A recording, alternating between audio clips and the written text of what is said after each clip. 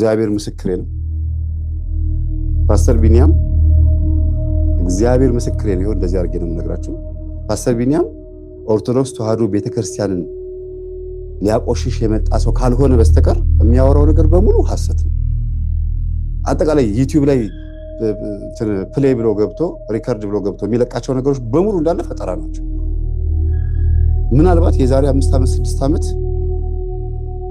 ሳስተምር ሰምታችሁ ከሆነ አንድ ከሰለላ ድርጅቶች ውስጥ ኮንስፓይረሲ የተከፈተ ቢሮ አለ ኢትዮጵያ ውስጥ ብዬ ነግሬያችሁ ነበር። ስለ ዘመኑ ዋጁ ሳስተምር ምንድነው የሆኑ ህዝብ የሚያምናቸው ህዝብ የሚወዳቸውን መምህራን ሰዎች ፖለቲካ ሰዎችም ሊሆን ይችላል የሚያዋርድ ድርጅት አውቀው እንደዚህ ሴት እንደዚህ አርገዋል፣ ህፃናት ተደፍረዋል፣ እንዲያርገዋል ተብሎ የሚያዋርድ ድርጅት ተከፍቷል። ቢሮ በሚዲያ ላይ ይወጡና ገሊኮ እንደዚህ ነው እንዲያርገዋል ብሎ ማዋረድ። የዚህ መስሪያ ቤት ተቀጣሪ ካልሆነ በስተቀር ከየት አምጥቶ ሊያወራው ይችላል? የሰውን ስም ለካ መምህር ግርማ የሚሰደቡት በዚህ ነው አሉ ልጆቼ። ምክንያቱም ልጆቼ ያውቁኛል፣ በዙሪያ ያሉ ሰዎች ያውቃሉ። እኔ መጠጥ እንደማልጠጣ የሚያውቁ ጓደኞቼ ምን አሉ? ምንድነው የሚያወራው ይሄ ሰውዬ አሉ። እኔ እንጃ አልኳቸው። ኦኬ ስለዚህ ይሄ ሰውዬ ፍጥር አድርጎ እንደሚያወራ እንደዚህ ከሆነ የሚያወራው ሙሉ በሙሉ ሲቃወማቸው የነበሩት ፓስተሮችም ሌሎችም እንደዛ ነው የሚቃ ዝም ብሎ ከልቡ ነው የሚያፈልቀው፣ ዝም ብሎ ነው የሚያወራው ማለት ነው። እና የትልቅ ሰው ቀላል ነው ማለት ነው። ያለው እንግዲህ በጣም ያዘንኩት ማለት እግዚአብሔር ልቦና ይስጥህ ፓስተር ቢኒያም። አሁንም ገና ከፓስተርነት አልወጣህም፣ የተዋህዶ እምነት ተከታይ አልሆንክም፣ ገና ነህ። የተቀበልከው ስጋና ደም ይፍረድብህ፣ በህይወት ላይ መጥቶ እግዚአብሔር ያስተምር። እኔ የተቀበልከው ስጋና ደም ደግሞ እኔ ላይ ደግሞ ይፈርድብኛል። እግዚአብሔር ይገስጽህ። ሌላ ምንም ልንል አልችልም። ባለጌ ቆሻሻ የሆነ አንደበት አንተ ላይ ቆሻሻ የሆነ አንደበት ያለው መንፈስ ነው ያደረ። መቼም አንተን ልልህ አልችልም። እኔ አንተን ነፃ አውጥቼ ሰይጣንን ነው ልቃወም የምችለው፣ አንተን ንጹህ አድርጌ። ምክንያቱም ሰው ይሻለኛል ከአጋንንት ይልቅ ሰውን ነፃ ማድረግ ነው የሚሻለኝ። ሰው ምን ሊሆን ይችላል? ሊድን ገነት የተዘጋጀለት መንግስተ ሰማያት የተዘጋጀለት። በዚህ ልክ ግን የሚያጠምቁ አባቶች የምናስተምረውን ትምህርት በዚህ ልክ መቃወም የያዘውን ዳቦ አልቀማ ነው። እያስተማርን ያለነው ትምህርት ሰዎችን ውጤታማ የሚያደርግ ከሆነ በዚህ ልክ ነክሶ የሚይዘው ምንድነው? እላዩ ላይ ያለው የጠቋር መንፈስ የናርሲሲስት መንፈስ ነው ማለት ነው። በጣም ቆሻሻ ባለጌ የሆነ መንፈስ ነው አንደበቱ ላይ ያለው። በጣም ቆሻሻ ወራዳ የሆነ ደንቆሮ የሆነ መንፈስ ነው በሱ ላይ ያለው። ማርቆስ 9:26 ላይ አንተ ዲዳና ደንቆሮ መንፈስ ከዚህ ሰው ውጣ አልሃለሁ አይደል ያለው። እኔም አንተ ዲዳና ደንቆሮ የሆንክ መንፈስ ከፓስተር ቢኒያም ላይ ውጣ ብዬ ነው ማዘው። አዛለሁ ስል ምን ማለት ነው? እመኛለሁ። እኔ ማስወጣ ሰው አይደለሁም፣ ግን እመኛለሁ። ቢወጣለት ደስ ይለኛል። የትም ያላየውን የትም ያልሰማውን እግዚአብሔር ምስክሬ ነው ከምን አምጥቶ እንደሚያወራው። ዛሬ መምህር ግርማ ጋር እንትን ሲል ነበር አለ። ቆርጦ ይልኩልኛል፣ ቴሌግራም ላይ ተማሪዎች ይልኩልኛል። እኔ ገብቼ እሱ ጋር አላይም። እና እሁድ ሲጮህ ነበር መምህር ግርማ ጋር ተስፋዬ ሲጮህ ነበር አለ። ሌሊት ሲናገር ሲከራከር እና እኔ ቤቴ ቁጭ ብዬ ስሰራ ነው የዋልኩት። አልሄድኩም መምህር ግርማ ጉባኤ እና እየሰራሁ ነው የዋልኩት። ጭራሽ እዛ ጉባኤም አልዋልኩም።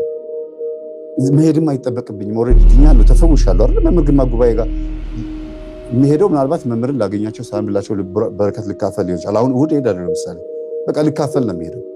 ዝም ብዬ ሰላም ብያቸው ወንጌላቸውን አዳምጬ በቃ ጸበል ሲያጠምቁ እንደማንኛውም ሰው ጥምቀት እንደሚጠመቀው ጸበል ተጠምቄ እመጣለሁ እንጂ አራግፌ ጨርሻለሁ። ከመጣ ደግሞ አዲስ ካለ ደግሞ ይያዛል። በየቀኑ በመጮህ ይሄ ደግሞ እንደኔ እድለኛ ሰው የለም። ለምን ከገባ ይያዝልኛል፣ ይወጣል። ግን መዋሸቱ ምን አስፈለገ? ምንድነው መቀባጠሩ? እሱ ያለው እዛ ኡጋንዳ ካምፓላ ሰው ሀገር ሆኖ ስላላየው ነገር ማውራት ምን አመጣው? ይሄ ባለጌ፣ ይሄ ቆሻሻነት እኮ ነው። ይሄ ከትልቅ ሰው የማይጠበቅ እድሜው ምናልባት 55 56 60 ሊሆን ይችላል። ይሄ ሰው የልጆች አባትም ሊሆን ይችላል። በዚህ ልክ ግን መዋረድና መዝቀጥ ምን ይሉታል? እስቲ እኔ ፍሬን እያፈራሁ ነው፣ እያስተማርኩኝ ስንት ሰው እየተለወጠልኝ ነው በየቀኑ። እኔ ስራዬን ነው የምሰራው። እኔ የለሁም እኮ እሱ ከሚለው አልገናኝም ጭራሽ። በጣም የሚገርማችሁ ነገር እንደው በዚህ አጋጣሚ ላውራ ብዬ ነው። እርግጠኛ ነኝ ራሷ ያቺ እንግዲህ ተስፋዬ እንደዚህ ነው ብላ ሄዳ የተናገረችው ሌኒ ያለች አይደል? ሌኒ ምላት ምን አሉ የምትባለው ስትሰማው በጣም ታዝንበታለች። ምን አለበት ቢኒያም ጋር ገብቼ ድምፄን ባልሰጠሁ ነው የምትለው። እርግጠኛ ነኝ 100%። ምክንያቱም ሊገላት ይፈልጋል፣ በሞት ነው የሚፈልጋት። እናቴና እኮ እሷ አንድ ቤተክርስቲያን እኮ የሚያስቀድሱት የካ ሚካኤል ነው የምታስቀድሰው። እሷም እናቴም እዛ ነው የምታስቀድሰው። አንድ ቤተክርስቲያን እዛው የካ ሚካኤል ነች ያለችው። እኔ ያከራየኋት ቤት ነው ያለችው አሁንም። እና በካህን መጥቶ እንደዚህ ለምኑ ባካችሁን አታጋልጡኝ አታዋርዱኝ ብሎ ሌኒ ሊገላት ይፈልጋል። አስቡት። እኔ መምህር ተስፋዬ ሌኒን በሞት ነው የሚፈልጋት ማለት እርግጠኛ ነኝ። ሌኒን ስትሰማ በጣም ነው የምታዝነው፣ በጣም ነው የምታዝነው።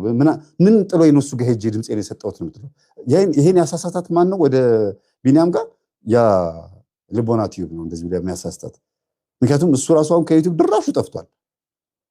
እና ማለት እግዚአብሔር እየተበቀለልኝ ነው። እኔ ላይ ችግር የሚፈጥሩብኝ ሰዎች በትክክል ሳያቸው እንትን ሲዋረዱ ያያቸዋለሁ።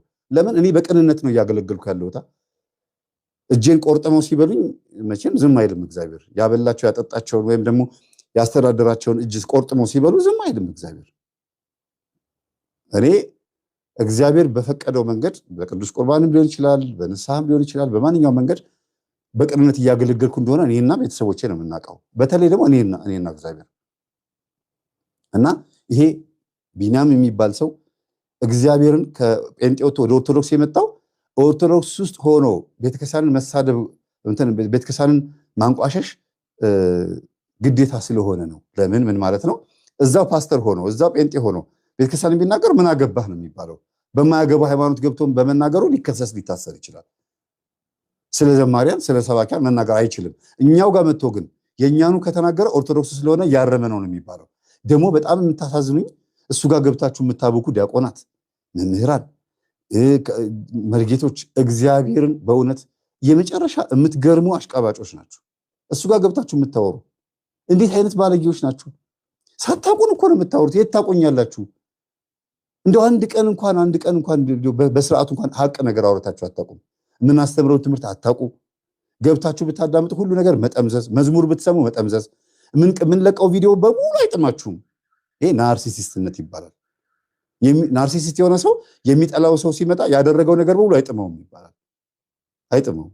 ስለዚህ ፓስተር ቢኒያም እግዚአብሔር ልቦና ይመልስ ወደ እውነተኛው የሆነው አመለካከት ያምጣ። ተዋህዶ ውስጥ ነው ያለው። መቼም ነኝ ካልክ ከተጠመቅ ግን ቆሻሻ የሆነ አንደበት ያለው መንፈስ ነው አንተ ላይ ያለው። በክት የሆነ ደንቆር የሆነ መንፈስ ነው አንተ ላይ ያለው። አይሰማም። የተወለድክበትን ወር ይኸውና ዞዲያክ ውስጥ ግባና ከዛ ባህሪህን እዛ ውስጥ ይኸው። ከዛስ እንዴት አድርጎ ዛር መንፈሱ እንዳሳደገህ ታየዋለህ። ባህሪህን እንዴት አድርጎ እንደገራህ ታየዋለህ። የተወለድክበትን ወር ባቀው እኔ ያነበው ነበር። ከዛ አንተ አሁን የምታወራው ሚዲያ ላይ የምታወራውንና ከዛ ደግሞ ወሩ ሲታይ ደግሞ አንድ አይነት ይሆናል ማለት ነው። ያ ማለት ነው። እኔ በኮከብ አላምንም፣ ግን በዛ ወር የተወለዱ ሰዎችን ዛሩ መንፈስ ምን ያደርጋል? እንደዛው እንደተጻፈው ኮከቡ ላይ እንደተጻፈው አድርጎ ያሳድጋቸዋል ማለት ነው። ያኖራቸዋል ማለት ነው። ሜቢ ለዛ ነገር የተሰጠ ሰው ከሆንክ እግዚአብሔር ከዛ ነገር ያውጣ።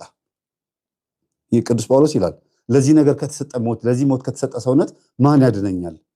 ግን በጌታ በኢየሱስ ክርስቶስ ድናለሁ ነው ያለው። በዚህ አጋጣሚ እንደው እንድናገር ብዬ ነው። እኔ በጣም እንዲህ ቆሽሽ ያለ እንደዚህ አይነት አንደበት ያለው ሰው ነው አይቻልም። ሚዲያ ላይ በጣም ባለጌ ቆሻሻ የሆነ ሰው ባለጌ ሰው እኔ እንጃ እንደዚህ አይነት በክት የሆነ ቃላት እያወጣ ሚዲያ ላይ ሲወጣ እኔ በጣም ነው የማዝነው። በክት አሁን ይሄንን እሱ ስድብ ብሎ ነው ይወጣል። በቃ ምክንያቱም ናርሲሲስቶች እንደዚህ አይነት ነገር ሲነገራቸው ስድብ አድርገው ነው የሚወስዱት። በጣም ይገርማል። እሺ ወደ ታሪካችን ታው ተመችቶናል። በተለይ በቃ የጸሎት ሰዓት ላይ በደንብ ይሞቃናል። አይሞቃችሁም? ከ10 ሰዓት በኋላ እንዴት ነው እንቅልፉ? በጣም ይጣፍጣል። እንደውም ምግብ አያስፈልግም። ምሳ የሚባል ነገር ሁሉ ትጠላላችሁ። ምሳችሁ ቀርቶ ቁርሳችሁ ቀርቶ ምሳችሁ ቢደገም ይሻላል። በ10 ሰዓት ከምትነሱና ለምስጋና ከምትዘጋጁ እግሮች ይፈታታሉ። ልክ የመካኒክ አሰራር አይነት ነገር ነው። ብሎኖቹ ሁሉ የተፈታተው ይመስሏችኋል። ትልቅ ረፍት ያለችው በዚህ ሰዓት ነው ብለን ለተነላል። የሚያሟሙቀውና ብሎን የሚፈታው እሱ ነው፣ ግን ጠላት ነው። የዚህ ጊዜ ዞር በል ዶሎ ብለህ ካልተነሳህበት ጊዜህን፣ ዘመንህን፣ ሰዓትህን የምትባርክበት ጊዜ ያጥርሃል። በጧት ተነስተህ እኮ የጧቱን ክፍለ ጊዜ በጸሎት ስትባርከው ነው ቀና ቀና መንፈሳዊ ጉዞዎች ውስጥ መንፈስ ቅዱስ የሚበራ። እንደምንም ብለህ 1 ሰዓት ተኩል ሆኗል መንጠራራት ትጀምራለህ። እዛ ውስጥ ዘይቱ መቼም አልቋል። ችግር ነው መንጠራራት ነው። እንደምንም ታዛጋ ምን ትልና አባታችን ሆይ ከማለት እባክሽ ተነሽ ቁርሱን አዘጋጂ ይቀድማል። ጸሎት ነው በቃ ይሄም ጸሎት ነው። በዚህ ጊዜ ደግሞ ትንሽ አሁን የሚደባበትህና እስቲ ቆይ ሰዓት አለች መሰለኝ ትልና እንደገና ደግሞ እዛችሁ ለሽፈንፈን 2 ሰዓት ሊሞላ ነው። ሰዓት ደረሰ ወይ ቢሮ ወይ ስራ ወይ ቀጠሮ መርበትበት እንጀምራለን። ከዛ በኋላ አይ እሱ ያውቀዋል ብለን እንደገና ወይ አባታችን ሆይም በድንግርግርታው የእመቤታችንን ሳንጨምር ያውቀዋል ብለን ፈትለክ ብለን እንወጣለን። ከዚህ በኋላ ምን ችግር አለ? እዛ የሚለክፍህን ያዘጋጃል። እዛ ተንኮል ያለውን ኃይል ያዘጋጃል። እዛ ምቀኛውን ያዘጋጃል። ምንም ነገር የሌለህ ሆኖ ሳለ የሚያይህ ምቀኛ በጣም ብዙ ይሆናል። በምቀኞች አይን ውስጥ ጊዜ ያልፋል። ያረካትን ጫማ የሚቀናብህ ሰው ታገኛለህ። በሳምንት 1 ጊዜ የምትጠርጋት ጫማ እንዴት አይነት ነች? ቆንጆ ሹዝ አለው ይሉሃል። አየህ ሹዙን ተመልከተው ይሉሃል። የምቀኛን የሚያርፍብህ ኃይል ሆናል ማለት። የመኝታ ጉዳይ ልክ እንደዚህ ነው። ጠላትን በሚገባ በጨለማው በኩል እንድንቆም ያዘጋጃል። ከዚህ በኋላ ሆና እንድትቀር በቃ ወይ እንድታብድ ወይ እንድትሞት ነው። እጇን እንዴት ነው ያደረገው? እንደዚህ አድርጌ ያኛውስ ይሄም እንደዚህ ካትዳራ ፍንቅልቅል ምናምን አድርጌ የታል ባለቤቷ? የለም እዛ የለም። አሁን እዚህ የለም። ከየት ነው መጣችሁ? ከየት ነው መጣችሁ? እኛ አዲስ አበባ ነው። ከየት ነው እሷ የመጣችሁ? እኔ የመጣሁት ከእንትና ነው ከዛ ከላፍቶ። የተመተትከው የት ሀገር ነው? የተመተትኩትም እዚህ ነው። እዚሁ ሀገር አጎጃም። የተመተትከው ስንት አመት ነው ለዋለ? ጓደኛው 4 አመቴ። በልጇን ልቀቃ። እሺ እለቃለሁ ግን ዛሬ እሄዳለሁ። ቶሎ ልቀቅ እኮ አልኩህ። እጇን እንዴት ነበር ያቆራመድከው? እንዴት ነው ያረከው የነበረ?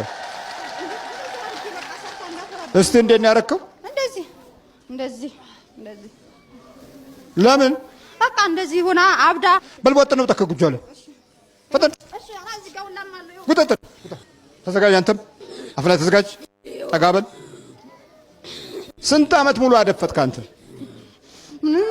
30 አመት ነበርኩ።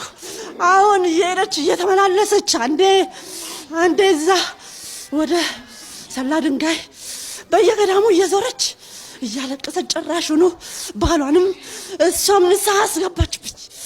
ንስሐ ገባች። ብዙ መንፈሶች ዟሪዎች ናቸው። በመዞር በቃ የሚዳከም ይመስላችኋል፣ ግን አይደለም። በመዞር አይደለም የሚዳከመው፣ እቤት ነው የምታዳክሙት። አንተ ስትዞር እሱ ቤት ነው ያለው። ምን ካንተ ጋር አዞረው? አንተ ገዳም ስትንከራተት እሱ ሰፈር ነው ያለው። ምን ካንተ ጋር አንከራተተው? አስፈላጊም ከሆነ እዛ አብሮ ሄደ ይለማመዳል። የምትጠመቀውን የምታረገውን እሱም ዝም ብሎ ይኸው በመዞር ብቻ ብዙ ዋጋ ያለው ነገር ይመስለናል። ለበረከት የምንሄደውና ክፉውን ጠላት ለመዋጋት የምንሄደው መካከልም ልዩነት አለው። ለበረከት የምትሄደው መንፈሱን ዝም ብሎ ለማቃጠል ይቃጠል እስቲ ብለህ ነው። ያን ደግሞ ከቤት ስትወጣ አስረኸው ካልወጣህ አብሮህ መሆኑን ካላረጋገጥክ ዝም ብለህ ብትሄድ ደክመህ ዝም ብለህ ትመለሳለህ። መኖሩን መጀመሪያ አብሮህ እንዲሄድ ማዘዝ መቻል አለብህ። እንደዛ ሲሆን ብቻ ነው ድል የምታገኘው። በልተዘጋጅ። ባለቤቱ አይታል አለ አልነሳ ይታል ጥራው። እስጢፋኖስ ብዙዎቻችሁ የጋራ የጸሎት ስፍራ ባልና ሚስት አንድ ጋር መጸለይ ካልቻሉ መናፍስቱ ቤት ውስጥ ያለው የህይወት ድራማ ይቀጥላል። ከበረከቱም ከዱቄቱም ከወጡም ከእንጀራውም ከመሶቡም ከሁሉም አይነት ስፍራ ይገባና ትላንት የተጋገረውን ዛሬ አሻግቶት ቁጭ ይላል። ትላንት የተቦካውን ዛሬ አረንጓዴ አድርጎት ቁጭ ይላል። የጋራ ጸሎት ከሌለ ነገሮች በሙሉ አሁንም የተምታቱ ናቸው። ተላባቋል። እስጢፋኖስ የታል? ንጉሴ ልጅህ ይጥራ። ንጉሴ ልጅህ ይጥራህ ይጥራው ንጉሴ ይጥራው ንጉሴ። እሺ እና ይቀጥቅጡ አያውቅም እሱ ዝም ብሎ ነው። እሱ ዝም ብሎ እግዚአብሔር ያውቃል ነው። ምን አልከኝ? እግዚአብሔር ያውቃል ነው። ምሳናት ምየወተወችብኝ እንጂ እግዚአብሔር ያውቃል ብቻ ነው የሚለው። ታዝበዋል ንጉሴ። ወደዚህ ሆነ አቃጣለኝ አላለም። እንደው ዝም ብሎ እግዚአብሔር ያውቃል ብቻ ነው የሚለው ነው የሚለው። አዎ ነገሩ ብዙ እንትኑ የለኝም፣ እውቀቱ የለኝም ነበር። ብዙ እውቀቱ የለኝም ነበር የቤተ ክርስቲያን እንትኑ። ለዚህ ነው እሷ ብቻ ነች የምትታገለው ማለት ነው። አዎ ብዙ ጊዜ እሷ ነበረች በየቤተ ክርስቲያኑ የምትሄደው እሷ ነች። አንዳንድ ጊዜስ እንደው አትሂጂ አይላትም እሱ? አበዛሽ አይልም እሱ? ተነስ ስትለው ሽፍን እንዴት ተነስ ስትለው ጸሎት ተነስ ስትለው ሽፍን ይልና ይተኛል። እሷ ጥላው ትሄዳለች። እሱ ነው ሽፍን ቢለው ለጥ እውነቱን ነው። አዎ ትክክል ነው፣ እውነት ነው። ይታዘባል ማለት እኮ በጣም እንጂ በጣም ይታዘበኛል ነበር ማለት ነው። ይገርም ነው።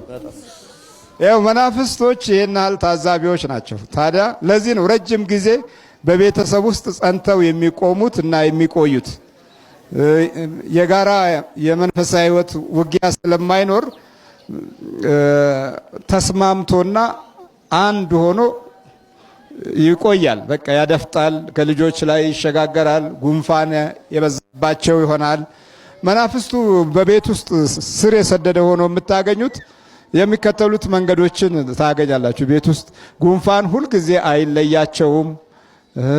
ሳል ይበዛል፣ ጭቅጭቅ ይበዛል፣ ንትርክ ይበዛል፣ ሰላም አይኖርም፣ ኩርፊያ ይበዛል፣ ንዴትና ብስጭት ይበዛል። እነዚህ የመናፍስቱ በቤት ዘልቆ የመኖር ገጽታዎች ናቸው።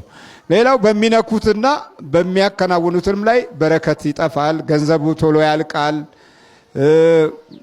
ቡሃቃው መልኩን ይለውጣል። ጥሩ የነበረው ቆንጆ የተሰራው ወጥ በአንድ ጊዜ አኩርፎ ያድራል ወይም አኩርፎ ያመሻል። ይሄ መንፈሱ ሲያየው ወይም ከመንፈሱ ጋር ስንሰራ የሚከሰት ክስተት ነው። ተዘጋጅ። አሁን ትሄዳላችሁ። ተዘጋጅ። አንተ በኢየሱስ ክርስቶስ ስም አንድ ጋር በኢየሱስ ክርስቶስ በስላሴ ስም በወላዲተ አምላክ ስም በቅዱስ ሚካኤል ስም በቅዱስ ዑራኤል ስም ወደ ሲኦል ይሮጣል። ግማሹ የከፈለውን ዕዳ የወሰነውን ዕዳ ለመክፈል ይሯሯጣል። ጊዜ የለም፣ ለጸሎት ጊዜ የለም። ይህን ጊዜ ምንን አመለክ ማለት ነው? ስራህን ብቻ፣ ገንዘብን ብቻ መለክ፣ ጥቅምን ብቻ መለክ። የዚህ ጊዜ መንገድህ ይዘጋል። ያ ምንም ዋጋ የለውም። ወይ ያዘጋጉ አይነት ይለያል። አንዳንዱ በፍርድ ይዘጋል፣ የአንዳንዱ ውስጡ ባለው ጠላት ይዘጋል፣ የአንዳንዱ በጣዖት መንፈስ ይዘጋል፣ የአንዳንዱ በአይነ ጥላ ይዘጋል፣ ለአንዳንዱ ደግሞ እዝጋለኝ እባክህ እርምጃው አላማረኝም አካሄዱና እድገቱ ከፍ እያለ መጥቷልና ትንሽ እስቲ ጨለማ አድርግበት ብለው በመተት ይዘጋል። አንዳንዱ ዕውቀቱ ሲሰለብና ተስፋ ያደረገው ይነጠቃል። ተስፋ ያደረግከው ትውልድ ነው እኮ ተስፋ ያሳጣ። በመማርና በዩኒቨርሲቲ ተቋሞችማ ስንት ነበረን እኮ ስንት ፕሮፌሰሮች ያስተማሩት የውጭው ዓለም ሁሉ ሳይቀር ያስተማሩት። እንደገና በኋላ ችግሩ ሌላ ሆነ። አየህ፣ የሚዘጋ አለ፣ መንገድ ይዘጋል። ሊመልስ ሲፈልግ መንገዶችን ይዘጋል። ስለዚህ ቅጥሯን እንዳታገኝ አለ እኮ። በኋላ መጨረሻ ላይ በሾህ መንገዷን አጥራለሁ አለ። ቅጥር እቀጥርባታለሁ፣ መንገዷን እንዳታገኝ። የመመለሻው መንገድ ይሄ ነው። ስለዚህ የእግዚአብሔር እረኝነትን ስንፈልግ ከፊታችን እሱ ይቀድማል። የመንፈሳዊ ሕይወት ጉዞ ትልቁ አንዱ በጥበቃ ውስጥ የእግዚአብሔርን በረከት ማግኘት ነው። የእግዚአብሔርን ፍቅር ማግኘት ነው። የእግዚአብሔርን ሰላም ማግኘት ነው። የእግዚአብሔር ሰላም ሲኖርህ ቤት ውስጥ ቋንቋ ይለወጣል፣ ድምፅ ይለወጣል። ድምፄን ቀይረው ነው። ክፋት ሊያወጡ የሚችሉ ቋንቋዎችን ትፈራቸዋለህ። ዛሬ የክፋት ቋንቋዎች፣ የንቀት የትዕቢት ቋንቋዎች፣ የእልህ እና የቁጭት ቋንቋዎች፣ የቅምና የብቀላ ቋንቋዎች ብቅ የሚሉት የእግዚአብሔር ድምፅ በባህሪያችን ውስጥ አልኖር ሲል ነው። ስለዚህ ከፊት የሚሄደው ጌታችን ኢየሱስ ክርስቶስ አሁን በአካለ ሥጋ ተገልጦ እንደ ድሮው ገና በተስፋ የምንጠብቀው አይደለም። ተስፋችን ተፈጽሞ አሁን ተስፋችን የእግዚአብሔር መንግስት መፈለግ ነው። በእግዚአብሔር መንግስት ውስጥ ግን በረከታተን ደይተን ጎስቁለን እየተጨነቅን ማደር አይደለም። ልክ እንደ ድሮው ጌታ ሆይ አድምጥ፣ በኪሩቤል ላይ የምትቀመጥ ምን በል ተገለጥ፣ ተገለጥ ባለው መሰረት ተገለጠ። ከእመቤታችን ከቅድስት ድንግል ማርያም ይሄው ልደትን ልንቀበል ነው አይደል? ተገለጠ። ሲገለጥ በብርሃን ተገለጠ። እረኞች አመሰገኑት፣ እረኞች ታዩአቸው። ታላላቆቹ ሊቀ ካህናቶችና ንጉሱን ጨምሮ ሄሮድስን ጨምሮ በቤተልሔም ዙሪያ መድረስ አቅቷቸው እረኞች አዩት። የመላእክትን ክብር ተመለከቱ። የክብሩም ኃይል ለእነርሱ ደርሶ በታሪክ ውስጥ ዛሬ ለእነሱ የተገለጠህ አምላክ ለእኛም ተገለጥ እንላለን። በኪሩቤል ላይ የምትቀመጥ ተገለጥ። ሃዮሺም አዶናይ ያፌሃ ወይም ሆፌሃ ያፋ ዮፌሃ በብርሃንህ ተገለጥ ማለት ነው። ተገለጥ አሉ፣ ተገለጠልን። እግዚአብሔር ስሙ የተመሰገነ ይሁን።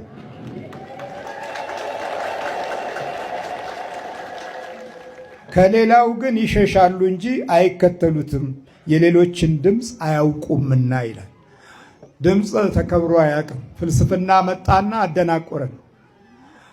ሌሊት መንፈስ ሲያቃዥህ ትርጉምህ ሌላ ሆነ። ቀን ያየኸውን ነው ይልሃል። አንዳንዱ ቀን ያየውን ይቃዣል። አንዳንዱ ጥርስ ያንቀጫቀጨ ማደሩን ይሄ ከመናፍስት ጋር የተያዘ ጉዳት እንደሆነ ያልተረዳ በቃ ቀን በቃ እንጀራዋን ስትበላ ምን ስትል አሁን ደግሞ ሌሊት ያንን ጥርሷን ታፋጫ። ሎጂክ ነው። በሎጂክ ውስጥ የምትኖር ከሆነ አሁን ሎጂክ አላዋጣም፣ በፍጹም አልሆነም። የሰው ፍልስፍና እንደ ሕይወት መርህ መሆን አይችልም። ስለዚህ የሌሎችን ድምፅ መስማት ትልቅ ጉዳት አምጥቶብናል። የፈላስፋዎችን ድምፅ መስማት ከተቀነባባሪ የቴክኖሎጂ ውጤቶች ውጭ ያሉትን ነገሮች መስማት የስነ ልቦናን መደንቆር አብዝቶ እኛ ከዘመኑ እድገት እና ከወቅታዊ ሁኔታዎች ግንዛቤ ውጭ ሆነን በደንዛዛውና በፈዘዘው አመለካከት ዘመን እየጨረስን ነው። ግማሹ በመጠጥ ፈዟል፣ ግማሹ በጫት ፈዟል፣ ግማሹ በሱስ ፈዟል፣ ግማሹ በርዕዮተ ዓለም ፈዟል። ምንም የማይዋጣ ነገር ውስጥ ገብተው እየተደናበሩ ተስፋ የቆረጡ ርዕዮተ ዓለሚስቶች እኮ ብዙ ናቸው። የጀመሩት የነኩት እምቢ ብሏቸው ሸልችቷቸው እንደገና ደንዝዘው ሌላውን የሚያደነዝዙ በማይሆን ሀሳብ ውስጥ ዘመናቸውን የሚጨርሱ ብዙዎችን አሳልፈን አሁንም እንደዚሁ እያሳለፍን እድሜ ልክ አሁን የ60ው ትውልድ በእኔ እድሜ ልክ ብቻ እንኳን ያየሁት የተረጋጋ የህይወት እና በበረከት ተስፋ ውስጥ የሚቆይ ወገን ማጣታችን ራሱ እንዴት ያለ ትልቅ ውድቀት ነው። እግዚአብሔር ምሕረቱን ያብዛልን። በመጨረሻም ኢየሱስም እኔ ደግሞ እንዲህም አላቸው። ኢየሱስ ይህን ምሳሌ ነገራቸው፣ እነርሱ ግን የነገራቸው ምን እንደሆነ አላስተዋሉም። ሎማቢን ይላል ዕብራይስጡ። ምንም አላስተዋሉም፣ አላገናዘቡም። እኔ በጎች እረኛ ነኝ እያለ ስለበሩ ስለሚወጡት ስለሚገቡት ኃላፊነቱን ድርሻውን እየነገራቸው ምንም አላስተዋሉም። አዲስ ኪዳን የማያስተውል ሕዝብ ይበዛል ማለት ነው። አያችሁ፣ ለማስተዋል ሰው ራሱን ካላዘጋጀ ክፋት ያስተውለዋል፣ ምቀኛ ያስተውለዋል፣ ተንኮለኛው ያየዋል። ምንም አላስተዋሉም ይልና ኢየሱስም ደግሞ አላቸው፣ እውነት እውነት እላችኋለሁ እኔ የበጎች እረኛ ነኝ። ከእኔ በፊት የመጣ ሁሉ ሌቦችና ወንበዴዎች ናቸው፣ ዳሩ ግን በጎቹ አልሰሟቸውም። በሩ እኔ ነኝ። በእኔ የሚገባ ቢኖር ይድናል፣ ይገባል፣ ይወጣል፣ ማሰማሪያም ያገኛል። እግዚአብሔር ስሙ የተመሰገነ ይሁን።